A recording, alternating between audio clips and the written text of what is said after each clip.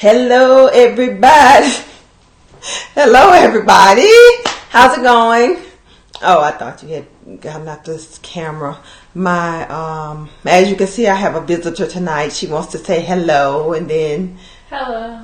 Okay. My name is Kelsey. Get out of my video. Okay.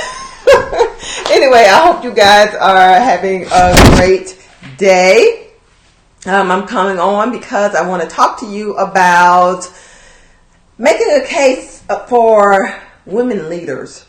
So we all know that women, when it comes to being in leadership positions, are nowhere near the numbers. When you look at the numbers of men in leadership versus women in leadership, the numbers are nowhere near one another. And especially as you continue to climb up the ladder to the more senior levels. And so I question that, and I think about that all the time. And I'm just thinking, so why is that? When you go to Fortune 500 companies and look at the composition of the CEOs, it's mostly white males. And, but with all of the education and achievements and attainment that women have made over the past years and decades, you would think that the things would look a little bit different in 2019, but they don't. And so this is really for those women who are aspiring to become leaders, to move into management, just to move to that next level in their careers. This really is for you.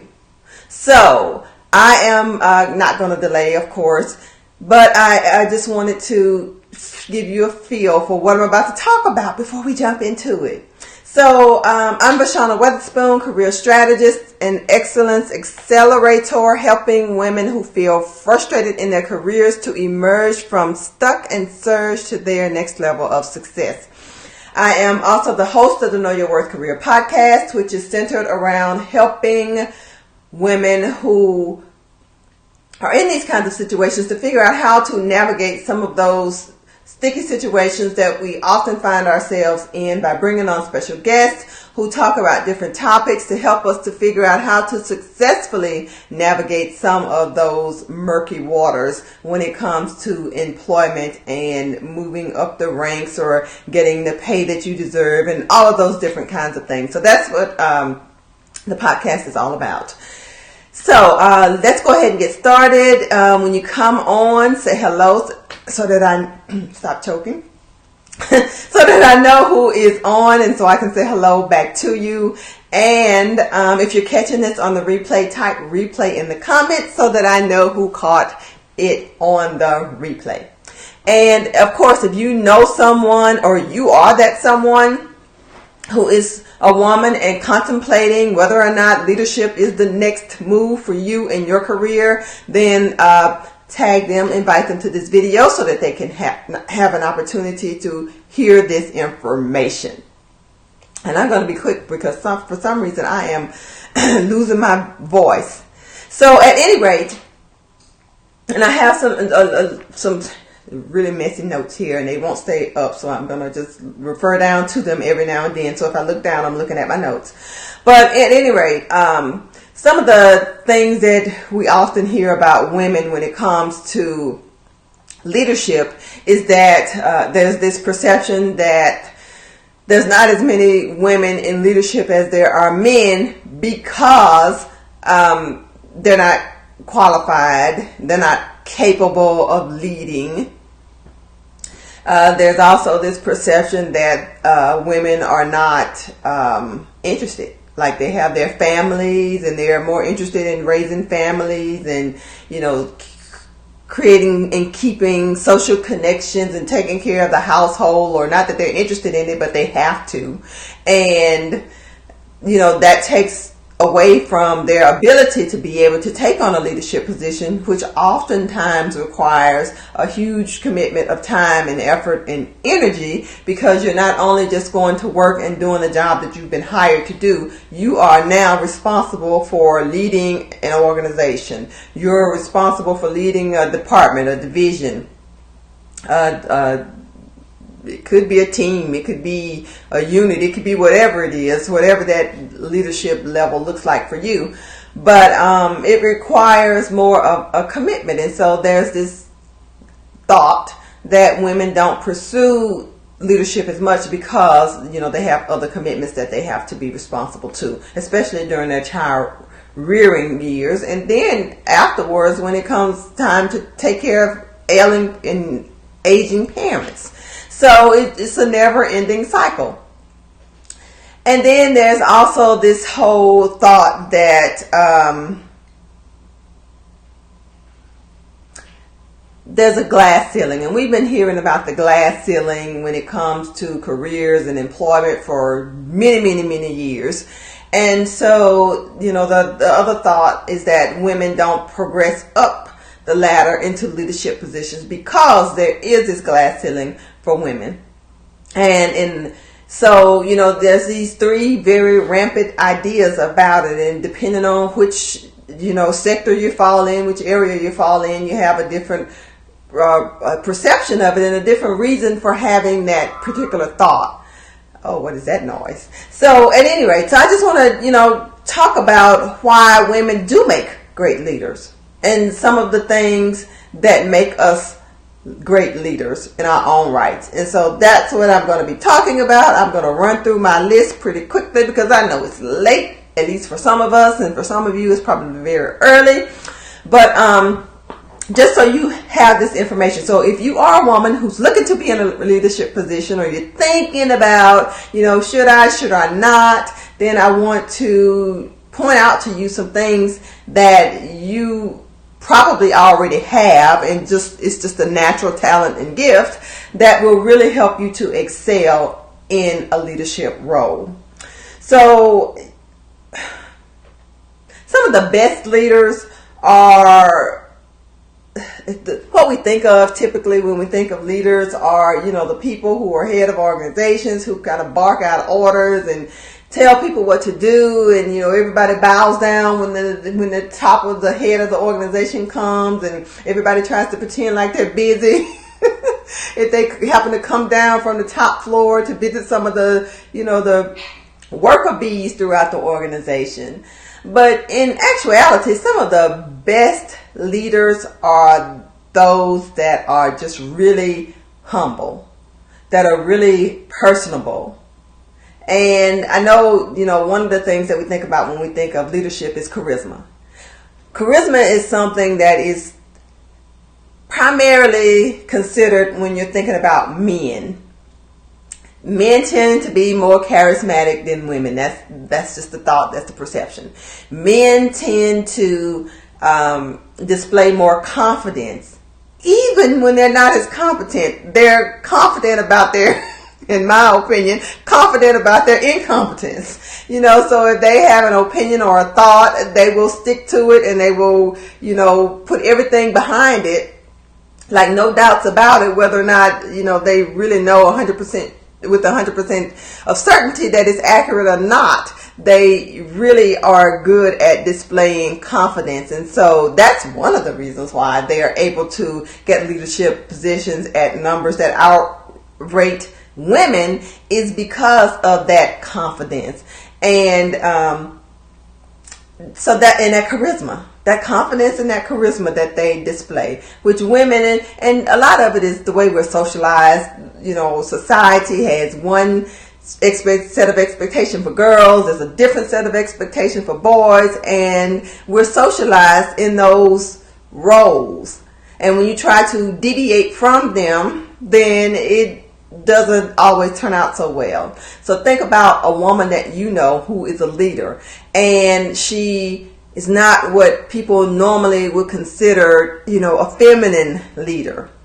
Maybe she is someone who's very demanding. She's very abrupt. She's very it sounds like I'm talking about somebody who's just very rude. But at any rate, somebody who is not what people typically think of when they are thinking about women in women's roles and how women typically are thought to behave and act. Those women are not welcomed with open arms most times.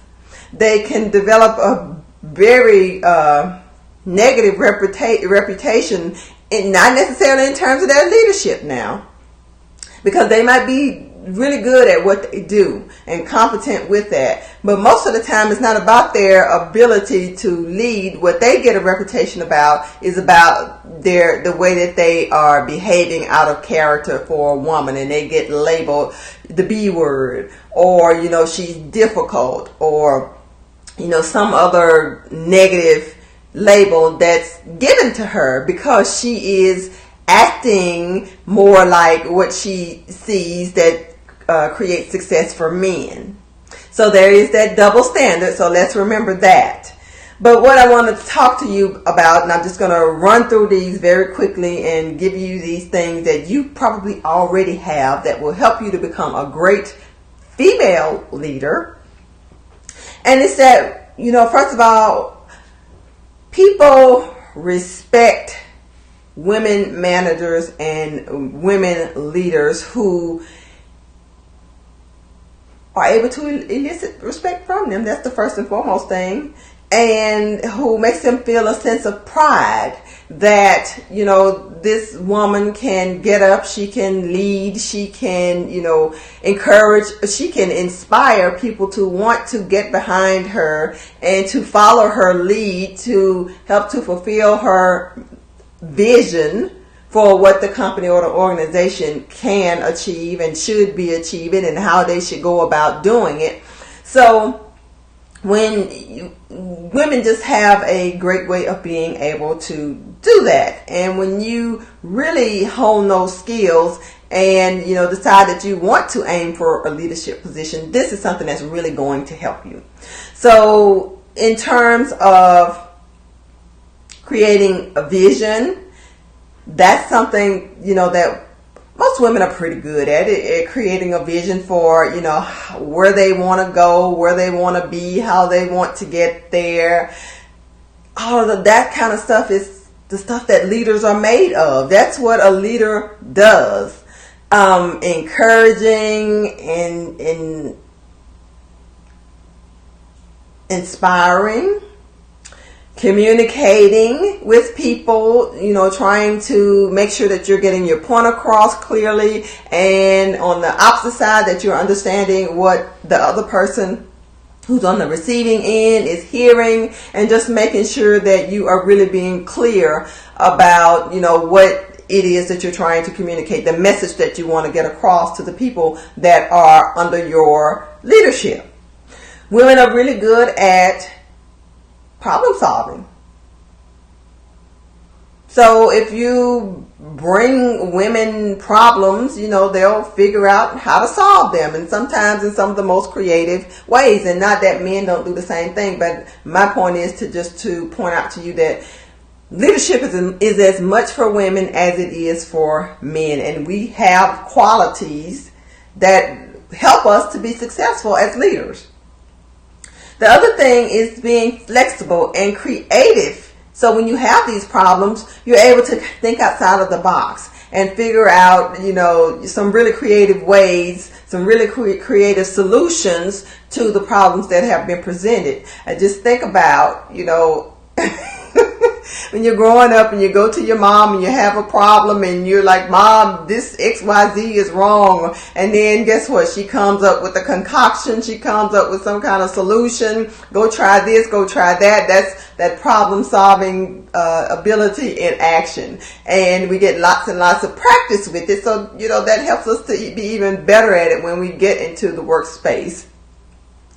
And so these are really just qualities of a transformational leader that I have been describing. But they're all things that are associated with women and some of our natural abilities that we have to be able to lead.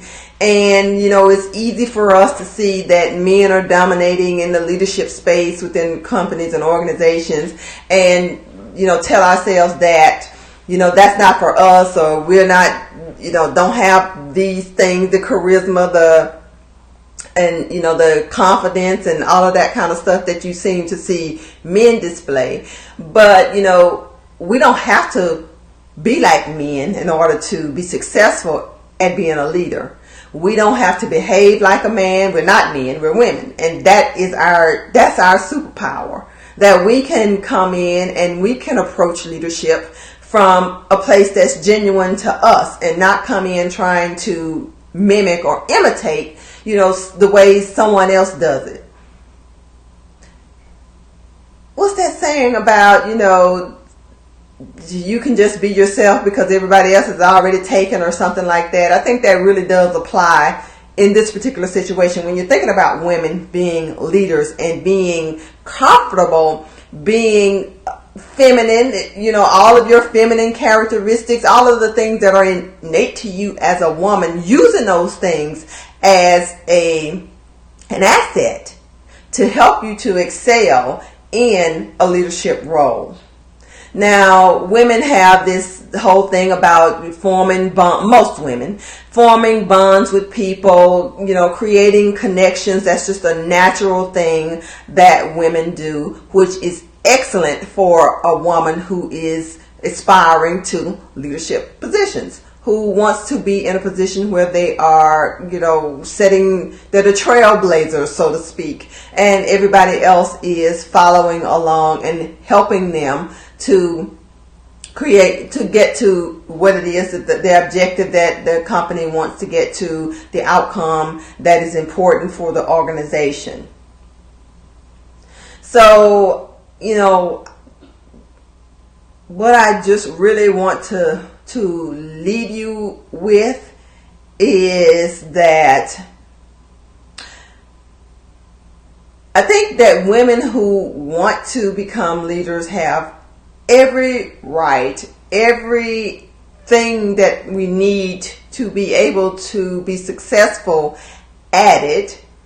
Not to discount or to discredit that, there might be some obstacles. You might have a different path to leadership than your male counterpart might, just because of, the whole societal standards and the status quo and how people typically think about men versus women or whatever. But do not allow that to discourage you from achieving the things that you want to achieve in your career, from pursuing the goals that you have for, where your career can take you, the goals that you have for your life. And your career is a means for you to be able to get there.